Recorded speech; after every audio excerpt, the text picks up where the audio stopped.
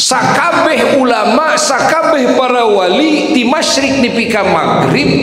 sakabeh jalma-jalma mukmin nu bener keimananana, nu bener pemahamanana,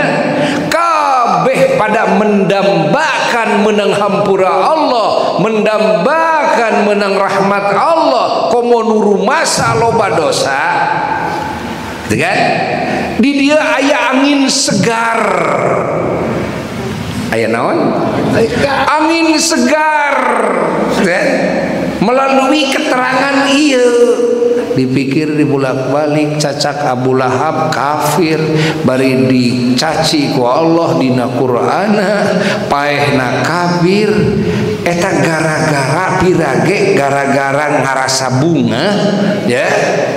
kulahirna junjunan alam Rasulullah sallallahu tuluy ngamerdekakeun hamba sahayana Suhaibah Aslamiyah teh nepi ka nu mustahil wae ieu mah mustahil ceuk adat gitu kan mustahil ieu kafir bisa dikurangan ya tina siksaanana mustahil tapi jadi teu mustahil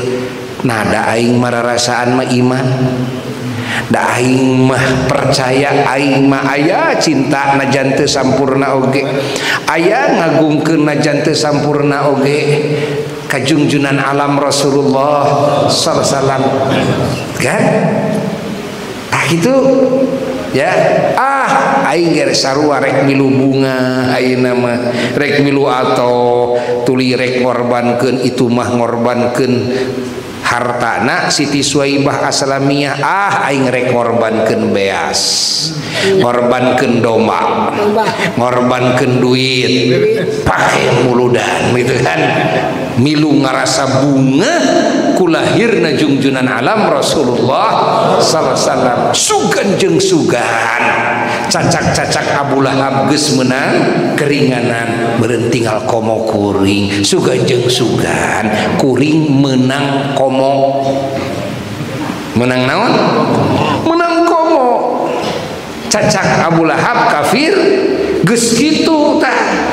ku pedah naon ku pedah bunga ku lahir junjunan gitu kan urang mah pan mukmin urang mah komo umatna tinggal naon komo jadi urang teh ngaharepkeun naon komo tah muludan teh urang teh keur ngaharepkeun naon komo catet ieu ku urang catet ieu ku urang ya catet ieu ku urang ya Allah Allah no hobi muludan teh ya para wali para ulama para solihin nu ngarti ya jalma anu teresep muludan mah teu ngarti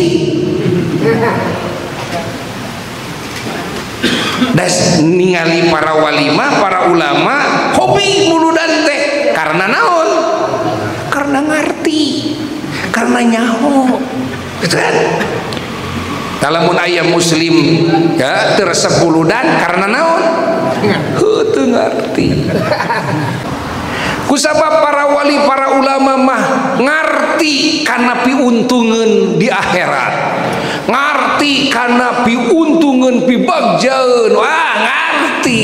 mata kamuludan-muludan hobi para wali mah lain hartina muludan hobi salat teu hobi lain hartina muludan teu hobi muludan hobi maca Quran teu hobi lain ieu mah kamuludan-muludan oge hobi kitu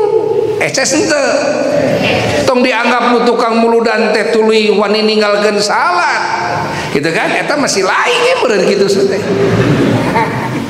ya ulah salah pemahaman ulah salah kusabab barang ngarelet kana ngarasa bunga kulahir junjunan teh geuning ieu teh jadi sabab kabagjaan jadi sabab kenging syafaat Nabi tah euy aya angin segar buru-buru mariluan tak kitu aya jelema nu ngarti kana bisnis akhirat mah